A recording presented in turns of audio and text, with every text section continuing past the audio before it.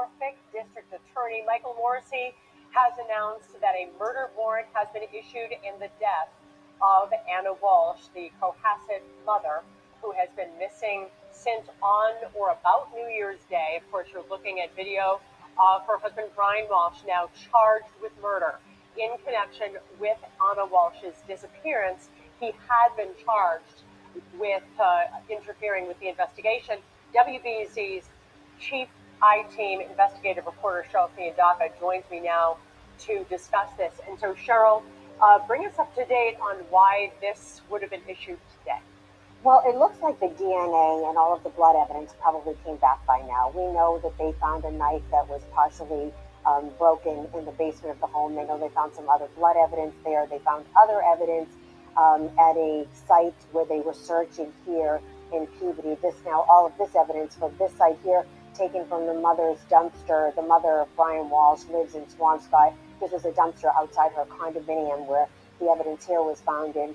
Sources tell us the evidence there involved a hacksaw, a hatchet, some blood, and cleaning supplies, and all of that obviously would have gone to be tested at the state lab as well. And all of that evidence by now would have come back, and they would have all of what they would need to file the warrant for his arrest on the murder charge. And, you know, a lot of folks don't know, but you can file murder charges against someone without having the body. Circumstantial evidence, while a lot of folks think that you cannot be convicted on circumstantial evidence, in fact, you can be, and many people are every day. Right, so an arraignment will be scheduled for tomorrow, as early as tomorrow, they're saying, at 9 a.m. in Quincy District Court. And again, for people who have not been paying close attention, Anna Walshe was reported missing several days into 2023 by her husband after it had been reported that she had left her 3 small children, allegedly gone to do business in Washington, D.C., but it was that gap in the timeline, right, that he said she had left the home on New Year's Day, but he didn't report her missing until days later. And then, as you point out, what looks like extremely damning evidence found in the basement of the home with the blood and the bloody knife. Right. I mean, he apparently calls her employer looking for her, saying that he's not heard from her. Her employer reports her missing. But that's days after he says that she left for a work emergency trip in Washington, D.C. And also a friend of the family who had been having dinner with him, he says he was having dinner with him. We of course, haven't verified that other than what they say.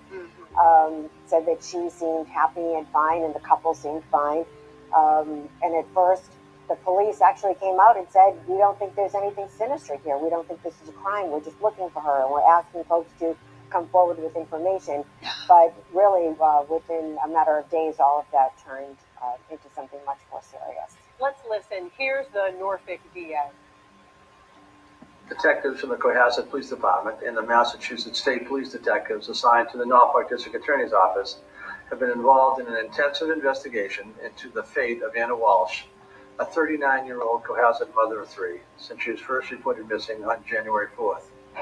Early in this investigation, the police developed probable cause to believe that her husband, Brian Walshe, age 47, had misled police investigators on material matters important to the search for Anna Walshe. He has pled not guilty to those charges and is currently being held at the Norfolk County House of Correction. The continued investigation has now allowed police to obtain an arrest warrant charging Brian Walshe with the murder of his wife. Mr. Walshe will be transported to the Quincy District Court for arraignment on the charge of murder. Additional details of the investigation and the evidence in support of those charges are likely to be presented at arraignment, but will not be disclosed at this time. This marks the second allegation of domestic violence homicide in Norfolk County in less than a month. Our thoughts are very much with the family these crimes have left behind. So there is the Norfolk DA. So Cheryl, 9 o'clock tomorrow morning, arraignment in Quincy District Court. What happens to Brian Walshe now? Is there something different about where he'll be held? What happens next for him? No, he will probably still remain where he is. He's being held on charges of misleading investigators, and he's also out awaiting sentencing on a federal case where he was on an electronic monitoring bracelet. So he's going nowhere on both of those cases. So he'll be held until they either have a probable cause hearing on these new charges, or they do a direct indictment to Superior Court, which is probably quite likely. Yeah. What are your sources telling you about this evidence that as it was being gathered, we had seen in those first days where it became obvious that something sinister had happened here? There was a search behind a grocery store about a mile from their home. That fell off.